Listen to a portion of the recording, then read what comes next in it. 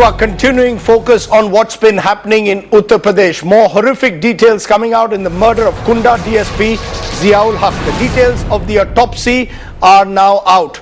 CNN-IBN has learned that the post-mortem report shows deep wounds were inflicted on the DSP before he was shot. The post-mortem shows that the wounds were on the eyebrows, the fingers and the ears. The Dr. Parveen, wife of DSP Ziaul Haq, has now contended that her husband was shot multiple times and beaten heavily before being killed. The UP police claim there was only one gunshot injury. Former Minister Raja Bhaiya, remember, is yet to be questioned in the case.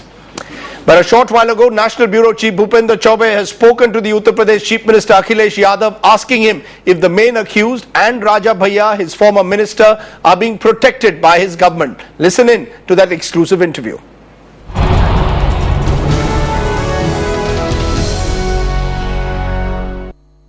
Mr. Yadav, it's interesting that I'm talking to you now when your government is facing such a huge credibility crisis. There is a murder case which has been lodged against one of your former cabinet ministers.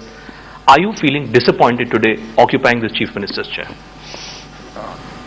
देखिए, एक साल पूरा हुआ है और आज ही के दिन बहुमत मिला था और बहुमत इसलिए मिला था कि उत्तर प्रदेश खुशहाली के रास्ते पे जाए और यहाँ पर कानून व्यवस्था बेहतर हो, अच्छी हो, भ्रष्टाचार कम हो, किसान को सुविधाएं मिलें और जो इलेक्शन मैनिफेस्टो हम लोगों ने जनता के बीच में रखा था उस पर सरकार की नीतियां और सरकार की योजनाएं बने। मैं समझता हूं एक साल में बहुत सारे काम पूरे हुए हैं और उस दिशा में हम लोग चले हैं जिस दिशा से उत्तर प्रदेश आगे बढ़ सकता है। जहां तक सवाल घटना का है, जो घटना 2-3 दिन पहले हुई है जिसमें एक सीओ की हत्या हुई है, पूरा देश में खबर गई और प्रधान की 2 हत्या हुई जी। जितना कुछ फोकस रहा वो फोकस ये रहा कि सीओ की हत्या हो गई और जिम्मेदारी और अपनी ड्यूटी करते हुए तो उस पर तो कार्रवाई हो रही है और कार्रवाई होगी, क्योंकि जब उनके परिवार के सदस्यों ने ये मांग की कि सीबीआई की जांच हो तो मैंने उसी समय तय कर लिया सरकार से कि इसकी सीबीआई की जांच होगी। लेकिन आप नहीं मानेंगे एक भी जगह कोई देर नहीं की गई। जो कार्रवाई सरकार को करनी चाहिए थी, जो सरकार के अधिकारियों को कार्रवाई करनी चाहिए थी, वो की है। आप मान लीजिए सीओ मौके पर पहुंचे जी और अपनी जान की बाजी लगा करके वो इसीलिए तो गए कि वहां झगड़ा हुआ था। लेकिन आपको नहीं लगता कि कहीं ना कहीं आप कह रहे हैं कि देरी नहीं हुई थी? और मैं इसलिए मैंने सवाल आपसे ये था कि are you worried that there is a credibility crisis that your government is confronted with? Because एक परसेप्शन ऐसा चला गया है कि जो मुख्य आरोपी हैं इस केस में, इस सीओ के मामले के केस में, या जो 2 अन्य लोग जिनकी मौत हुई, उनको कहीं ना कहीं आपका प्रशासन, आपकी पुलिस फोर्स बचाने की कोशिश कर रही है। देखिए, ना कानून बचाएगा किसी को और ना सरकार, कोई भी सरकार होगी कि किसी को बचाने की कोशिश करेगी। जांच का विषय है। उनके परिवार और तमाम लोगों ने इस बात को रखा कि सीबीआई की जांच हो। सरकार ने 1 मिनट की भी देरी नहीं की और सीबीआई जांच के ऑर्डर कर दिए। सर, कल भी हमने देखा आपके जो एडीजी हैं अरुण कुमार जी, उन्होंने एक प्रेस कॉन्फ्रेंस की। आज जो आईजी हैं law and order Vishwakarma ji, उन्होंने एक प्रेस कॉन्फ्रेंस की। एक पोस्टमार्टम रिपोर्ट है, वो इस घटना के बारे में एक राय रखती है। आपके जो पुलिस अधिकारी हैं, आला अधिकारी, वो एक अलग राय रख रहे हैं।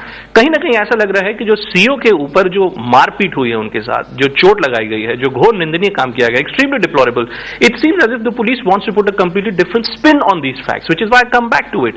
Is an attempt being made, sir, somewhere to protect the guilty? देखिए, किसी को बचाया नहीं जाएगा। राजा भैया को जेल में भेजा जाएगा अगर कल को पता चला कि वो गिल्टी हैं। देखिए, जो कार्रवाई होगी, कितना भी बड़ा कोई बना रहे, ये मैंने पहले भी कहा और आज भी कह रहा हूं मैं कि जो भी दोषी होगा, जो भी दोषी पाया जाएगा, क्योंकि सीबीआई को जांच करनी है अभी। और मैंने पहले भी कहा कि जो सीबीआई को सहयोग चाहिए होगा, सरकार की तरफ से पूरा सहयोग मिलेगा।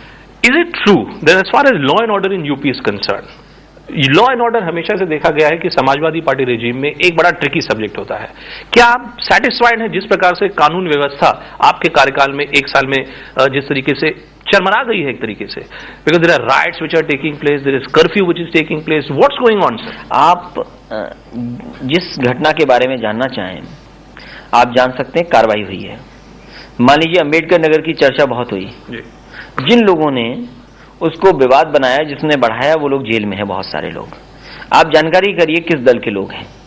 इसी तरह फैजाबाद में जब घटना हुई जिसका नाम रूप दंगा का हुआ, आप जानकारी करिए जिन लोगों को बंद किया है वो किस पार्टी के चुनाव चिन्ह पर थे। It's all politics, it's all political vendetta according to you. मैं कह सकता हूं जो घटनाएं हो रही हैं कहीं न कहीं बीजेपी और बीएसपी के कार्यकर्ता और उनके नेता शामिल हैं, वो जानबूझ करके इन चीजों को आगे बढ़ा रहे हैं। Akhilesh Yadav, finally I must ask you, are you disappointed with your decision of inducting Raja Bhaiya as a minister? Because I remember when you made this decision, I myself asked you that what was the need for making Raja Bhaiya minister? At that time you had said that all these cases against him were politically motivated. Today do you regret your decision of giving a serious cabinet post to a person with such a tainted past as Raja Bhaiya? देखिए, अब राजा भैया मंत्री नहीं है, उनका इस्तीफा लिया जा चुका है। You regret it or not? दे दिया। You don't regret? नहीं, उन्होंने इस्तीफा दे दिया, बात वहां पे खत्म हो गई। देखिए इस्तीफा दे दिया और विधानसभा का सत्र चल रहा है, सरकार बहुमत में है और सरकार को और काम भी करने हैं।